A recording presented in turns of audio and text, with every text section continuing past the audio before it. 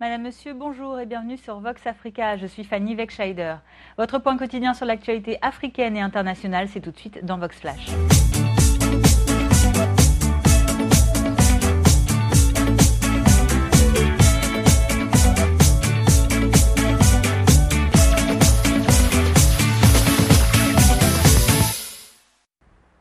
Ouvrons notre flash information de ce lundi 7 septembre au Sénégal. L'aviation civile du pays a annoncé hier dimanche qu'un avion d'évacuation médicale s'est abîmé la veille au soir au large de Dakar. L'aéronef qui transportait 7 personnes depuis le Burkina Faso jusqu'au Sénégal aurait pu être victime de ce que l'on appelle un abordage avec un avion de ligne à destination de Cotonou au Bénin. Tous les passagers, sénégalais, congolais, algériens et français de ce bimoteur qui appartenait à la compagnie privée sénégalaire sont toujours portés disparus. L'avion médical était toujours recherché dans l'Atlantique hier à 18h locale. Et le directeur général de l'ANACIM, l'Agence nationale de l'aviation civile et de la météorologie du Sénégal, nous explique pourquoi le terme de crash aérien n'est pas approprié dans ce cas. Pour le moment, on ne peut pas parler de crash parce que jusqu'à présent, nous sommes en train de continuer les recherches. Le crash, on parle de crash lorsque nous avons la matérialisation de l'accident ou bien qu'on arrive à épuiser totalement tout espoir conformément aux dispositions de l'annexe 12 de la Convention de Chicago relative à l'aviation civile internationale. Se rendre à l'évidence qu'il n'y a aucun espoir maintenant de survie. Donc jusqu'à présent, les recherches continuent et nous osons espérer que nous aurons des indices qui nous permettront effectivement de pouvoir retrouver l'avion. En Afrique centrale, 2 jours après le double attentat meurtrier de Kerawa à l'extrême nord du Cameroun, le gouverneur de la région s'est rendu samedi sur les lieux. Les 2 attaques suicides menées jeudi par le groupe islamiste nigérian Boko Haram ont fait 20 à 40 morts sur un marché selon les différentes sources. Par ailleurs, 145 personnes auraient également été blessées selon le porte-parole du gouvernement camerounais et ministre de la Communication Issa Chiroma Bakari. Rappelons qu'au mois de juillet, 5 attentats suicides par Boko Haram avaient déjà frappé la même région, notamment dans la ville voisine de Kolofata, faisant une 50aine de morts. Et alors que la force d'intervention conjointe multinationale qui réunit le Cameroun, le Nigeria, le Tchad, le Niger ainsi que le Bénin est en train d'être mise sur pied, eh bien la population camerounaise, elle, est toujours sous le choc des récentes attaques de Boko Haram. Écoutez ce témoignage à Kerawa. Un homme est venu et il a été soupçonné par un comité de vigilance parce qu'il était camouflé. Et ils ont essayé de joindre, de contacter les forces de défense. Et l'autre a pris son courage, Boukar Daï a pris son courage pour prendre le kamikaze par derrière. Lorsqu'il avait pris, lui, il avait déjà déclenché. En déclenchant, c'est là où tous ceux qui se trouvaient de ce côté ont été vraiment pris. Le Nigeria, d'où est partie la menace islamiste des insurgés de Boko Haram, fait le bilan 100 jours après l'arrivée au pouvoir du président Muhammadu Buhari. Malgré l'intensification de la lutte contre Boko Haram ou encore les mesures établies contre la corruption dans le pays, les Nigérians dressent aujourd'hui un bilan plutôt mitigé.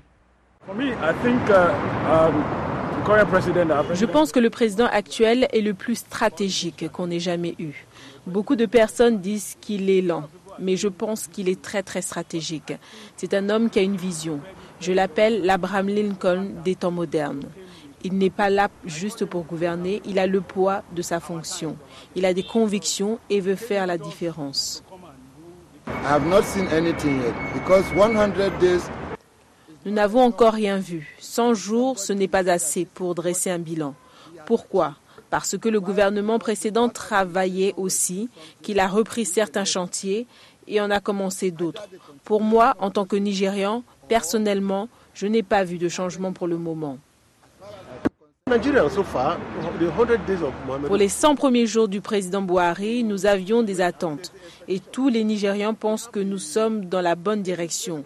Dès son premier jour au pouvoir, les choses ont commencé à changer au Nigeria. Tout le monde le sait. Les choses ont changé. Au nord du continent, les résultats des élections locales de vendredi sont désormais annoncés au Maroc. C'est le PJD, le parti islamiste du Premier ministre Abdelila Benkiran, qui a remporté les régionales avec 174 sièges sur 678 dans les conseils régionaux, soit 25,6% de ces sièges. Le parti Justice et Développement est par ailleurs arrivé en tête dans 3 des 4 régions les plus peuplées du pays, dont celles dont dépendent les grandes villes de Casablanca, de Rabat ou encore de Fès. Quant au communal, le PJD est arrivé en 3e position. Alors que les Marocains élisaient pour la première fois leurs conseillers régionaux au suffrage universel direct, le PJD vainqueur des régionales a devancé son grand rival, le PAM, ou Parti Authenticité et Modernité, qui s'est attribué 19,4%, ainsi que le Parti conservateur d'opposition de l'Istiklal. Écoutez les raisons de cette victoire selon le dirigeant du PJD. Le PJD a obtenu ses résultats grâce à sa gestion au gouvernement depuis 4 ans. C'est vrai que c'est une manière particulière de gérer, différente de ce qui se faisait dans le passé. Cette victoire est partagée entre le PJD et ses alliés. Ce n'est pas uniquement la victoire du PJD. 8 régions pour eux contre 4 pour nous, c'est vrai. Les calculs donnent ça. Ce n'est pas un problème. Le problème, c'est comment les autres vont gérer les 8 régions.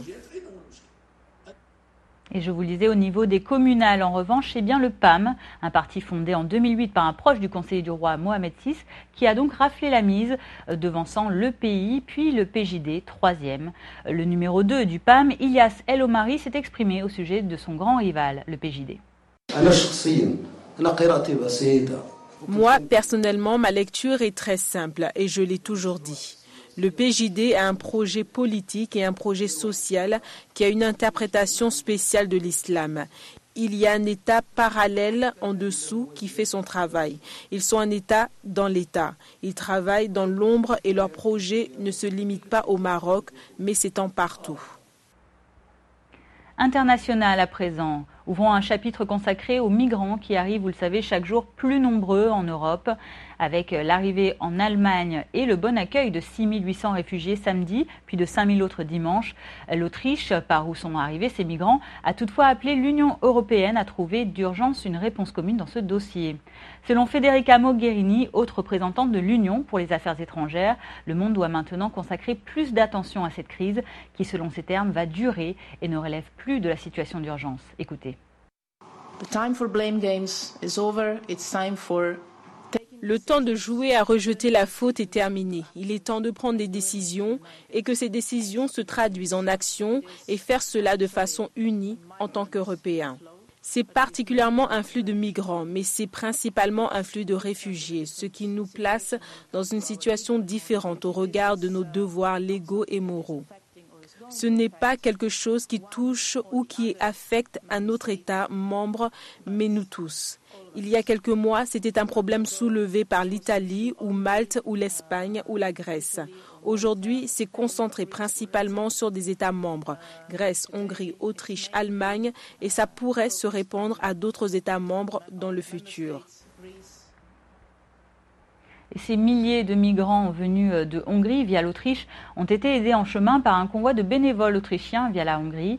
Ils étaient près de 200 à avoir quitté Vienne dimanche matin pour apporter leur aide aux migrants qu'ils ont croisés sur la route et pour manifester contre la politique menée par les autorités de Hongrie. Écoutez 2 des participantes à ce convoi. Notre action se déroule très bien jusqu'ici. Le gouvernement hongrois aide enfin les gens à prendre des trains pour l'Autriche. Donc les réfugiés ne sont plus bloqués comme les jours précédents. C'est génial, on peut parler de réussite.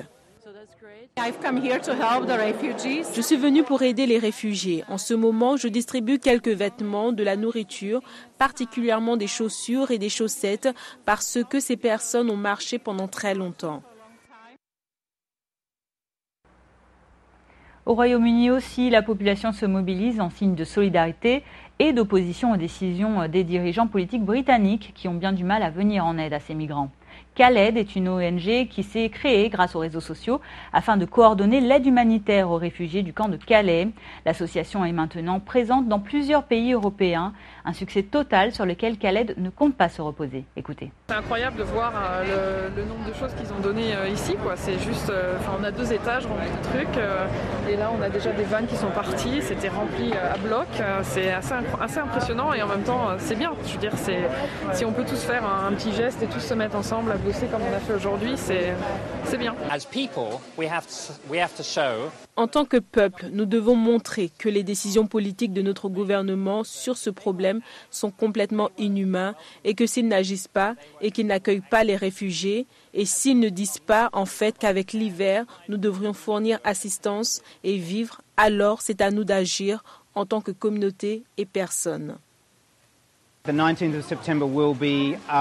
19 septembre, il y aura une très grande manifestation, une manifestation pacifique à Calais. Une protestation pacifique lors de laquelle nous allons signer ensemble un accord qui est d'une certaine manière une réponse à l'accord sur les migrants signé par la Grande-Bretagne et la France il y a quelques semaines. Il y aura un accord entre les personnes, pour les personnes qui prouveront qu'ils voudront s'entraider, peu importe la nationalité, peu importe les frontières et peu importe l'identité ou les étiquettes que l'on colle les uns sur les autres. Et alors que depuis le Vatican, le pape François a appelé hier toutes les communautés catholiques d'Europe et les paroisses à accueillir chacune une famille de migrants, eh bien ce sont plus de 100 réfugiés syriens et palestiniens qui ont été secourus, eux, dans la même journée au large de Chypre. Secourus au large de Larnaca après l'endommagement de leur bateau, ils fuient pour certains la ville syrienne de Dera, pour d'autres le Liban. La plupart ont été emmenés en bus dans un camp près de la capitale chypriote Nicosie.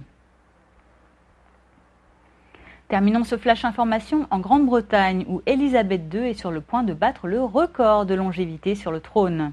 À 89 ans, la reine dépassera dans 2 jours sa trisaïeule, la reine impératrice Victoria qui avait régné 63 ans, 7 mois et 2 jours.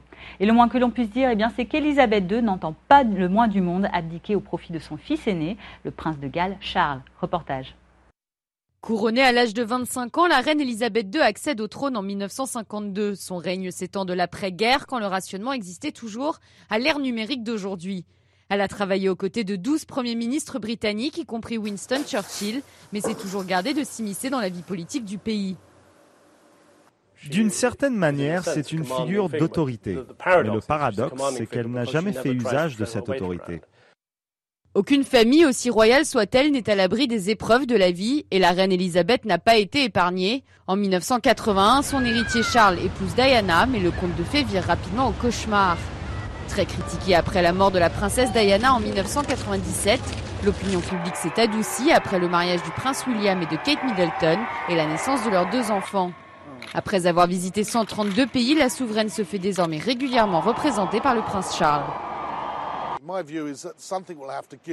À mon avis, quelque chose devra être légué quand la reine aura passé les 90 ans. Et cela pourrait impliquer la régence du prince Charles. Même si Sa Majesté a servi 63 ans et qu'elle bat le record de la reine Victoria, nous sommes en territoire inexploré. Nous devons donc patienter pour voir comment les choses évolueront. Un record de longévité qui ne passionne pas particulièrement les Britanniques. Je pense qu'elle va continuer à faire un travail extraordinaire, peu importe son âge. On dirait qu'elle est plus forte avec l'âge, pourvu que ça dure. C'est impressionnant et elle a fait des choses extraordinaires dans l'histoire. Mais pour être honnête, je m'en fiche un peu. Le 9 septembre, elle dépassera les 63 ans et 216 jours sur le trône de sa trisaïeule, la reine impératrice Victoria. C'est sans chichi ni cérémonie que la souveraine compte fêter ce record. Elle sera en Écosse, son lieu de villégiature estivale habituel, où elle inaugurera une nouvelle ligne de chemin de fer. Voilà, c'est la fin de ce Vox Flash du lundi 7 septembre 2015. Merci à vous de l'avoir suivi. Je vous donne rendez-vous demain mardi pour votre prochain point quotidien sur l'actualité. D'ici là, passez une très bonne journée. À demain.